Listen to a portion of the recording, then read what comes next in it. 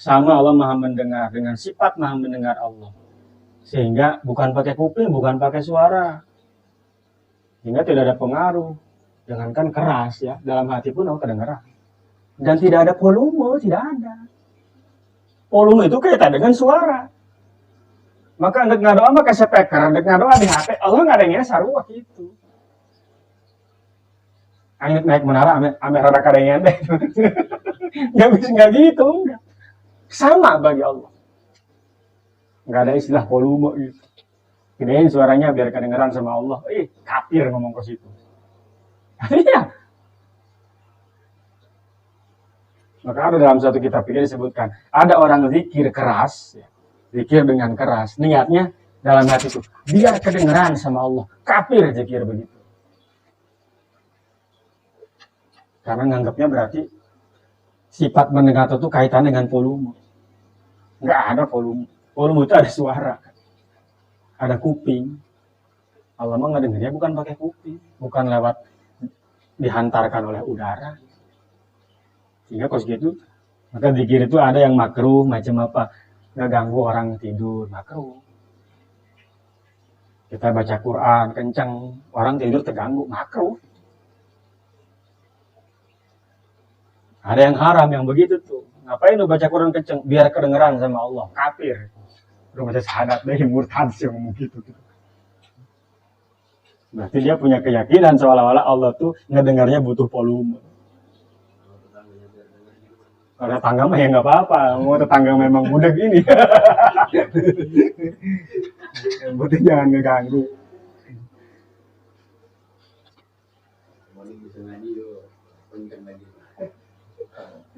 Basor, Allah maha melihat. Bukan pakai mata. Bukan lewat bantuan cahaya dan lain-lain. Bukan. Karena mata, cahaya, retina dan lain-lain itu makhluk Allah. Masa Allah butuh makhluknya? Enggak. Kalam Allah berbicara, nggak butuh huruf, nggak butuh suara, nggak butuh bahasa. Itu Quran katanya kalamullah. Iya kalamullah. Tapi kalam azali bukan yang itu. Nah, teman ibarat kita. Udah nulisin HT-nya di KWA gitu ya. Nah, wah ngaji mual. Kan ada hatam huruf kan. Oh suaraan, nggak ada hati tak? Lalu apa? Nggak ada bahasanya. Yang ada itu yang di situ, yang di HP kita itu ketika. Ibaratnya. Tapi itu yang ada di situ, yang ada di sini itu. Mau tahu nggak orang Yudina ngomong, misalkan dahari, tapi Yudina ngopi yuk, oh, pasti gitu, pasti. Wah. Hayat, Allah maha hidup, nggak akan mati. Itu bukan pangeran Pai mah, kumaha tuh orang. Ngadoa bisa didengar Pai yuk. Makanya Allahu la ilaha illa huwal hayyul qayyum. Maha hidup. Kehidupan dari dia semuanya. Kata sifat ma'ani. Hidup itu kan makna kan. Hidup itu mana bentuknya? Oh, hidup. Mendengar, mana bentuknya mendengar? Ilmu mana bentuknya nggak ada? Apa kotak, apa bulat, oh kan? Maka disebut ma'ani, makna, secara makna. Dan sifat maknawiyah, makna juga sama. Lazim dari yang tadi. Kalau ilmu, berarti ada yang berilmu. Kalau mendengar, berarti ada yang mendengar. Kalau melihat, berarti ada yang melihat. Kalau berkuasa, kuasa berarti ada yang berkuasa. Itu lazimnya namanya. Nggak mungkin ada mendengar kalau nggak ada yang maha mendengar. Kumaha?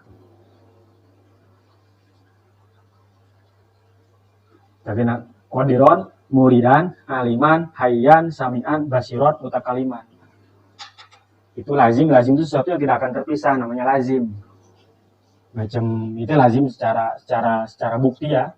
Secara bukti gagak itu lazimnya hitam. Karena apa? Ya nggak pernah kelihatan ada gagak warnanya putih. Mulai di chat mah, atau di pilok gitu. Itu lazim, itu hitam dengan gagak.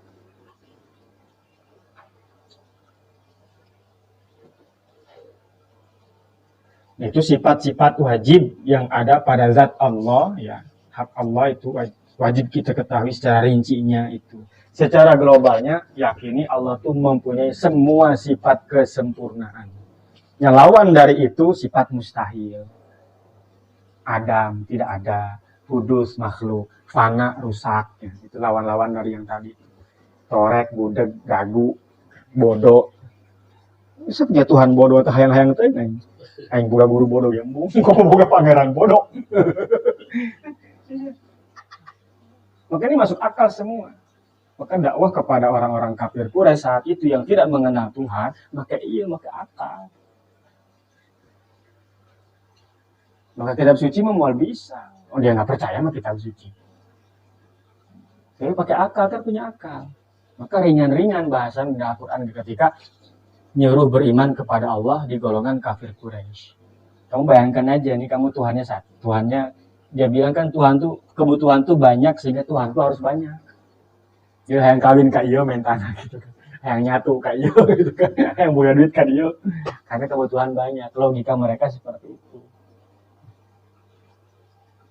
Diasupan bukan yang Nabi. Justru banyak itu repot. Tuhan kamu itu kan majikan kamu seolah-olah. Kalau kamu punya majikan 3, repot nggak? Repot. Nah, makanya mending 1. Jadi pikir kunya nah, bener. Bukan majikan hiji mah gampang. Gawe bagi 2 pabrik. Iya, coba nggak? Jadi masukkan bahasa-bahasa ringan kayak begitu, masuk sama mereka karena akal, main akal. Sehingga ya ternyata si Sayyidah Umar pernah seserian tanyakan kunaon inget baheula keur kafir cenah eta pangeran mun kula lapar dingin tina roti aing lapar mah cokot leungeuna gitu kan.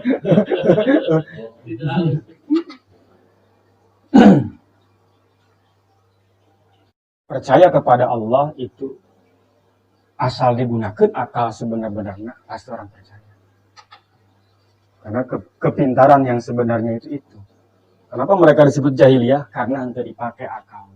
Kok untuk meyakini Tuhan yang Maha Esa aja nggak bisa. Padahal akal ayah. Berarti tidak dipakai dengan sesuai keinginan Allah memberikan akal kepada manusia itu buat apa? Karena yang dipatokan awalnya eta. Di akal itu udah pakai neangan duit. Gitu.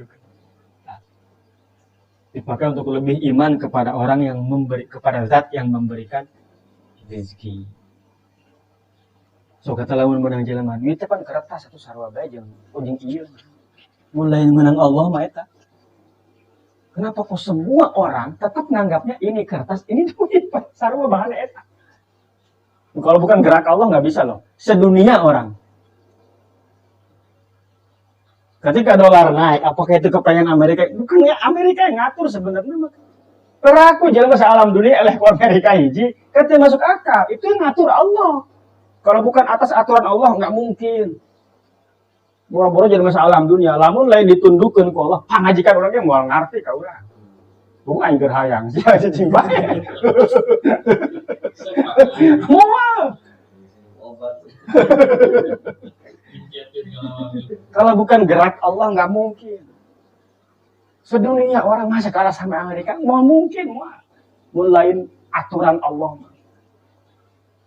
Dan yang bisa ngatur begitu cuma Allah.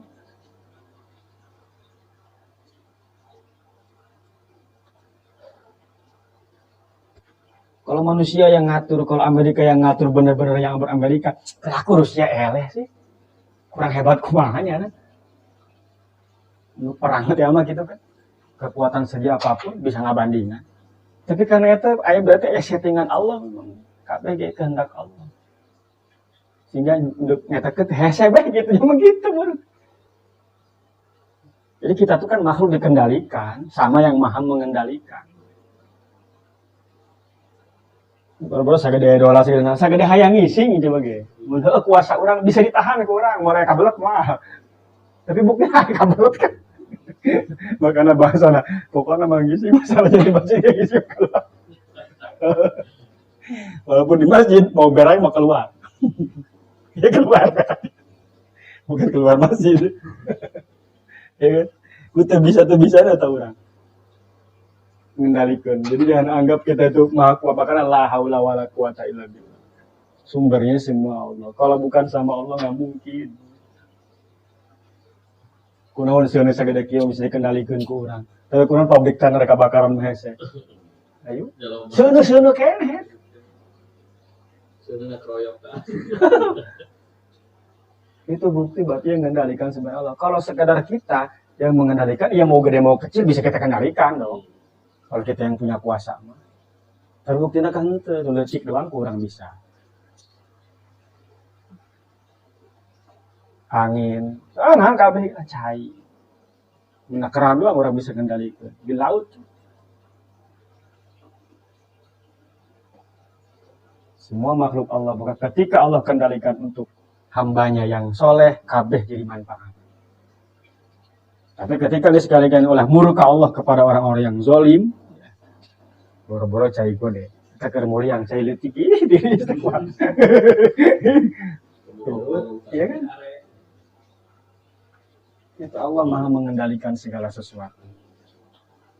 Kata sifat-sifat wajib pada Allah yang rincinya 20, yang globalnya semua kesempurnaan ada pada zat Allah. Munazzahun wallahu a'lam.